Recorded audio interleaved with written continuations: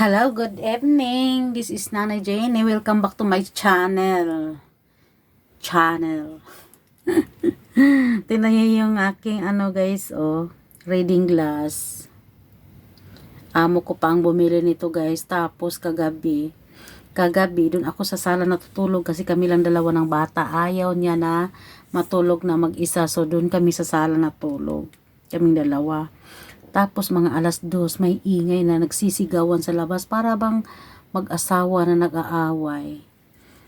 Tas bumakod ako, natukuran ko ito kasi nilagay ko dun sa may bandang ulo ko na tanggal yung lens niya. Hindi ko alam kung ayos pa ba. Nilagyan ko na lang ng scotch tape kasi hindi ako masyadong makakakita pag wala to. Okay lang sa akin pag hindi nagbasa or nanood ng cellphone, pero pag nanood talaga or nagbabasa, kailangan meron akong ganito. Hindi pa alam ng amo ko na ganito ang nangyayari na aking reading glass. Hindi ko alam din kung magkano. So, welcome back to my my channel page naman. Wala man tayo sa Facebook, no? Kanina, guys, doon ako sa school ng aking alaga sa kanyang swimming lesson kasi dito guys kahit winter yung alaga natin meron pa ring swimming lesson kahit sobrang lamig may swimming pa rin. So doon ako, tapos maraming mga Pilipina doon na nagkita-kita, hindi man kami magkakilala dahil hindi kami laging nagkikita. Yun lang, kasi ngayon yung regular lesson na aking alaga sa swimming is Monday. Iwan ko bakit may lesson siya ngayon, Sabado ngayon eh. So meron ako mga naka-meet up ng mga Filipina doon na nag-usap-usap kami. Tapos merong isang Pilipina doon na 3 months pa lang siya sa kanyang amo. Tapos nagrereklamo siya. First timer siya dito.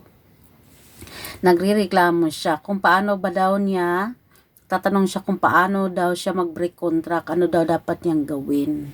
Kasi ang reason niya is ang daming trabaho, nakakapagod daw, wala daw siyang pahinga. Alam ko meron ako ng mga subscribers na nandito din sa Hong Kong, no? Pero paalala lang po sa mga gustong mag-apply papunta dito sa Hong Kong, yung mga hindi pa nakaranas mag-abroad. Guys, kung ang reason ay sobrang nakakapagod lang at sobrang dami ng trabaho, yun ang rason para mag-break contract ka ay nako.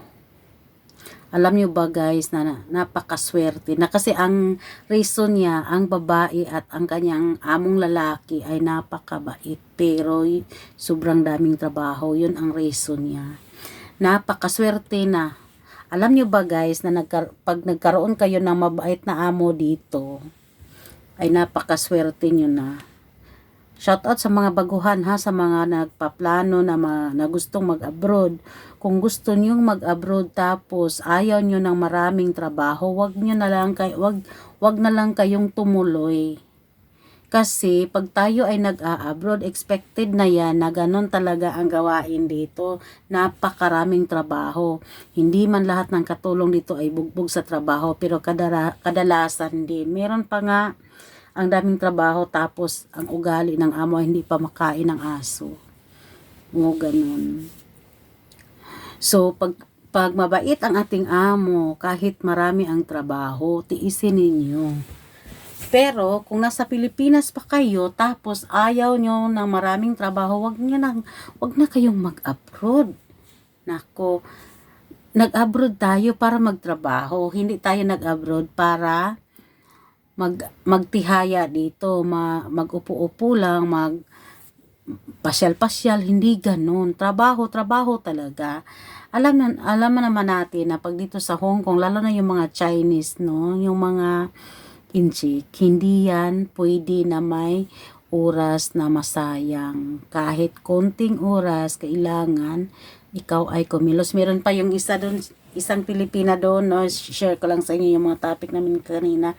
Alam mo, napakaswerte ko sa amo ko kasi sabi niya, pwede daw ako matulog pag tulog yung bata. Pag wala na akong gawain, pwede ako matulog.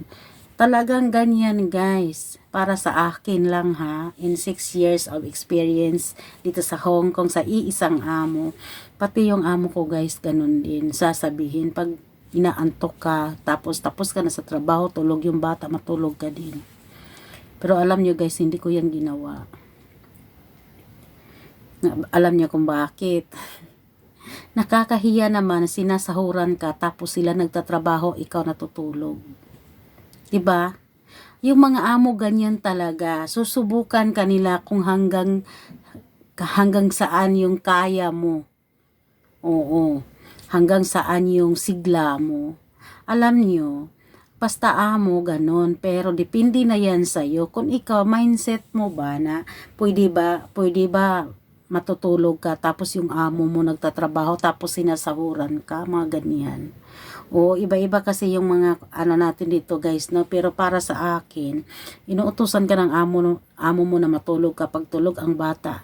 Sabi lang yan, sinasabi lang yan para maisip mo na sila ay hindi masamang tao. Pero sa totoo lang, nanghihinayang sila dahil sila nagtatrabaho para mapasahod ka tapos ikaw natutulog lang.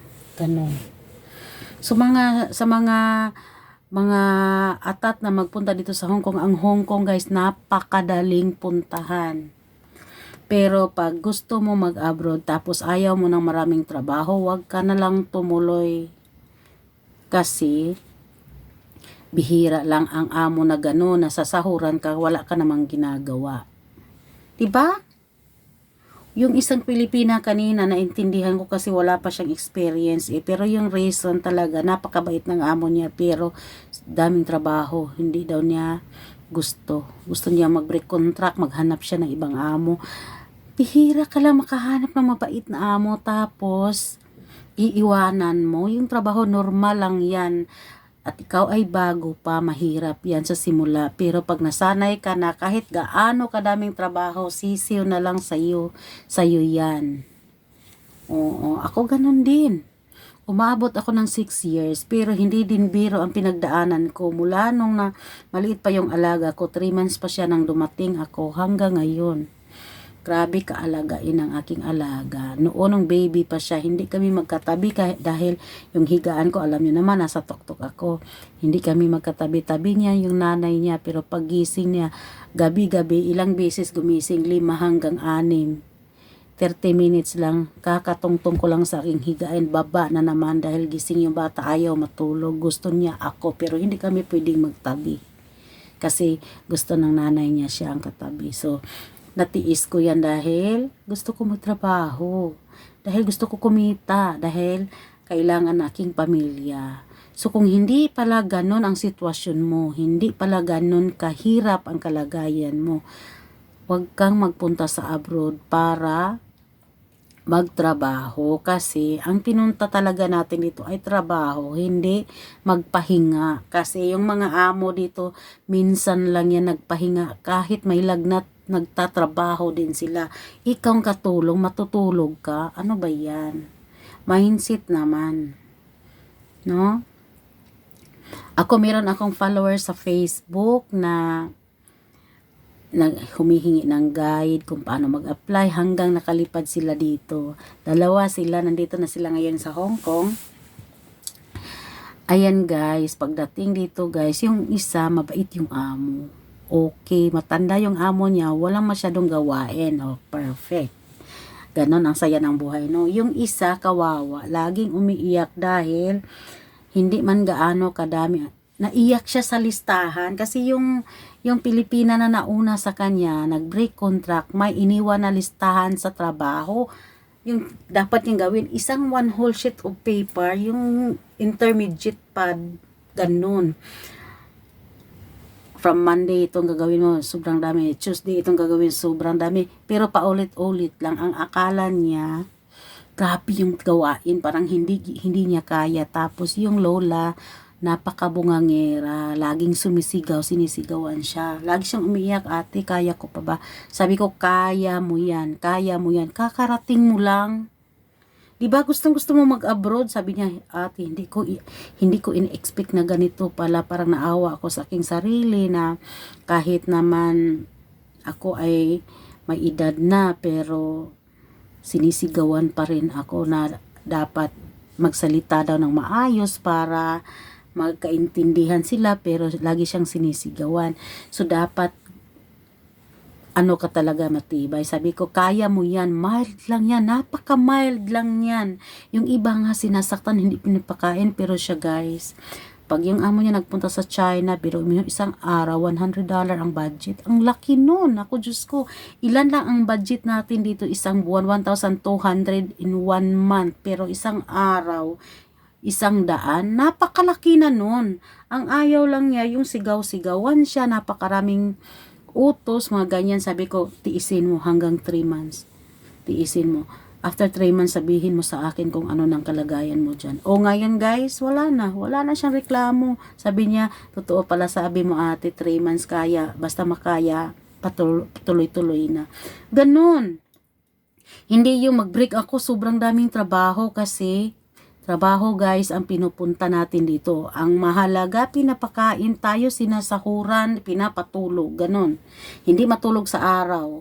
Yung sinasabi ng amo na matutulog sa araw, ay nako guys, sinasabi lang niya yon, pero deep inside, buti nga sa'yo, matulog ka, no? Kami nagtatrabaho, ganyan yan. Alam mo naman yung mga ugaling inchik. At ayaw nila yung sinungaling. Magsabi ka ng totoo, kung may mga problema ka, sabihin mo, dahil sila lang din ang karamay mo dito. Hindi yung mga kaibigan mo guys, yung mga kaibigan mo kapit sa'yo yan pag may pera ka.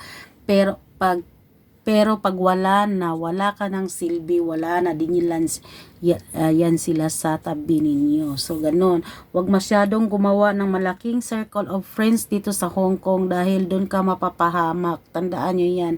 Ako guys, 6 na taon ako dito, bilang lang yung mga kaibigan ko at mabilang lang din ang araw na magkasama kami. So yun. Yun lang ang aking advice, no? So sa mga gustong magpunta dito, may mga tanong, pwede kayong mag-comment lang dahil sasagutin natin. Gusto ko sana sa Facebook pero block ako ngayon sa Facebook guys, nagka-violation tayo. So dito tayo magngangaw sa YouTube. So bye! See you next time. This is Jenny in Hong Kong. Bye!